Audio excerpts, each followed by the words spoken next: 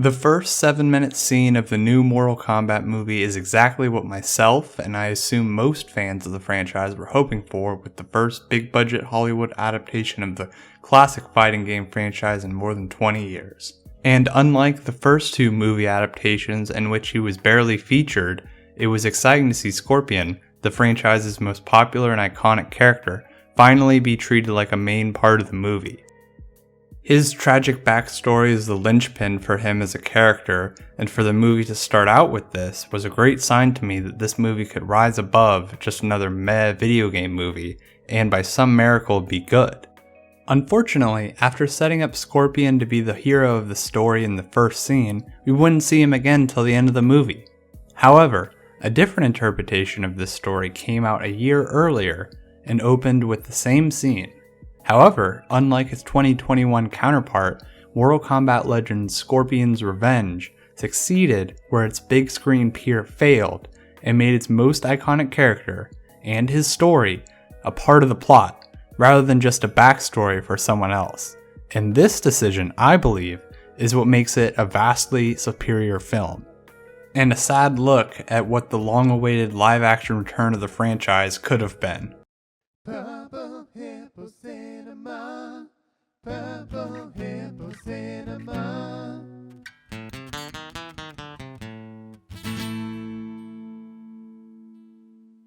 Now, both of these stories look at the classic storyline of Mortal Kombat 1, and both make changes to it, the new movie more than the animated one, but still.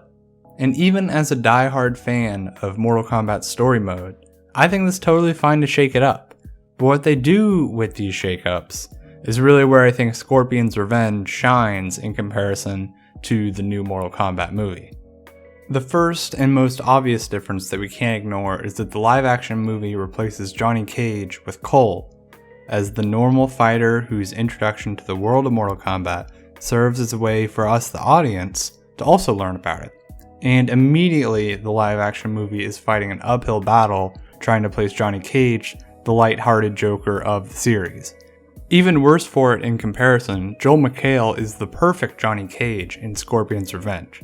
So much so that if the live-action movie gets a sequel, I really hope that he's considered for the part. Go easy! We haven't even rehearsed! In general, the cast for this animated movie is pretty stacked, with a who's who of voices you might recognize. Also, as another fun casting note, Katana is voiced by Grey Griffin, who not only voices Katana in MKX, but also is the voice of Azula from Avatar: The Last Airbender, making another instance of her playing a princess to an evil empire. He will take your world and you will bow your knee like countless others before you. Yes, we defeated you for all time.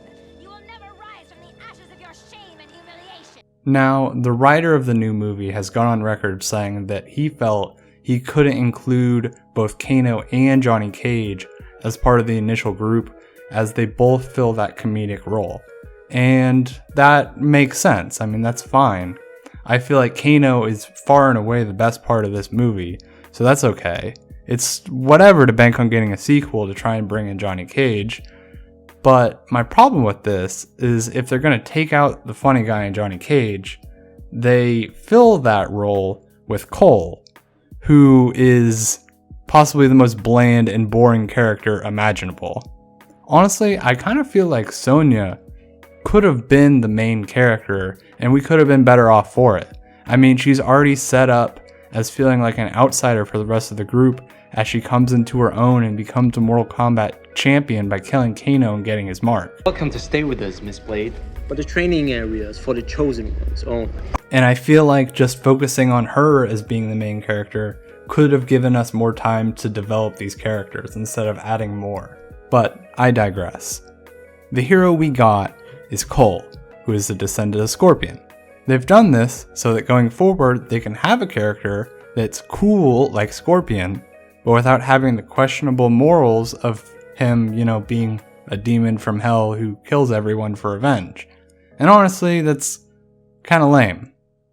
I mean, if you ask me for one discernible trait that Cole exhibits throughout this whole movie, other than wanting to protect his family, I really could not tell you. I mean, he doesn't give up. He has an uppercut. I mean, he's about as bland as you can get. Another way that live-action Mortal Kombat really looks bad in comparison to Scorpion's Revenge, or honestly most iterations of Mortal Kombat, is Raiden. Man, Raiden straight up sucks in this movie, which is saying something because he kinda sucks all the time. Next, oh so unhelpful one. Ooh. Like, in this movie, he's totally fine with Kung Lao dying for no reason.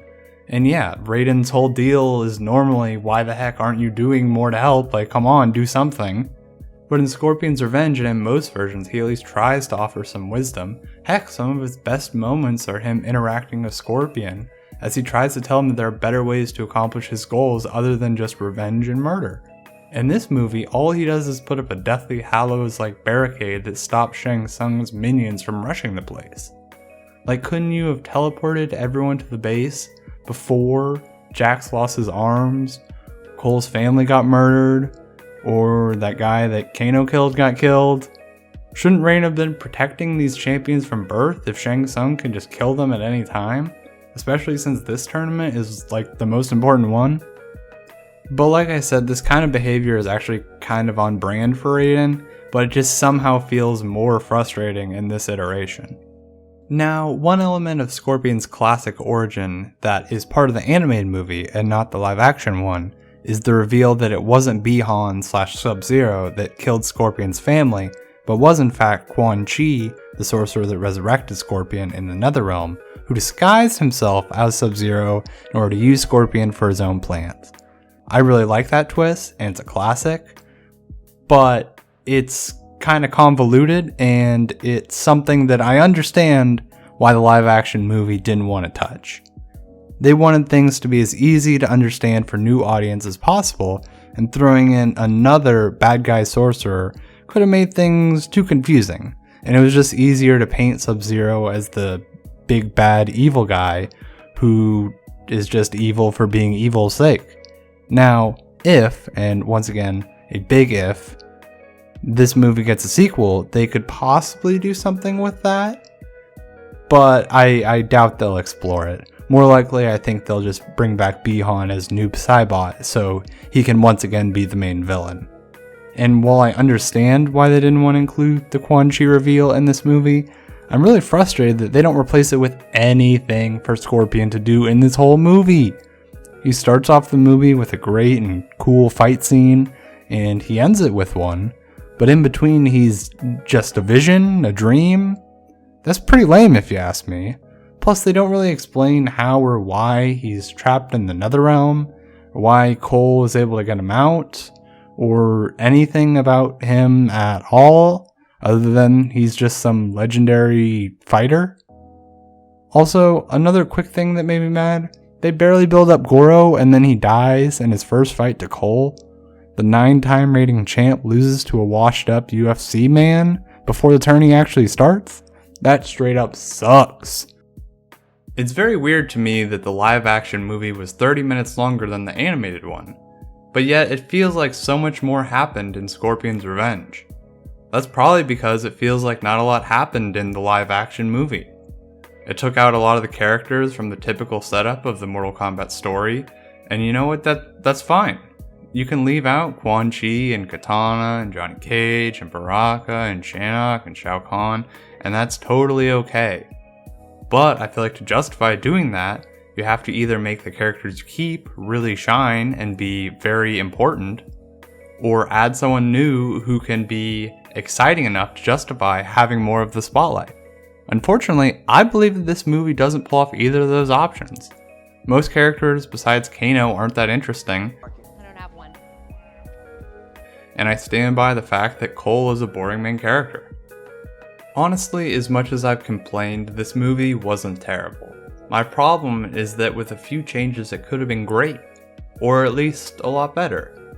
And it's sad when there were great Mortal Kombat stories like Scorpion's Revenge that told the story in a more entertaining way. I mean, heck, the story mode in the last few games were more interesting and layered than this, and those are just excuses for one-on-one fights to constantly happen. I really hope this movie gets a sequel so they have another chance to tell a great Mortal Kombat story. And if they do, please do us all a favor and get the casting of Johnny Cage right. My vote personally is still for The Miz, but that's just me. So, is that it? Did we win? For now. All right!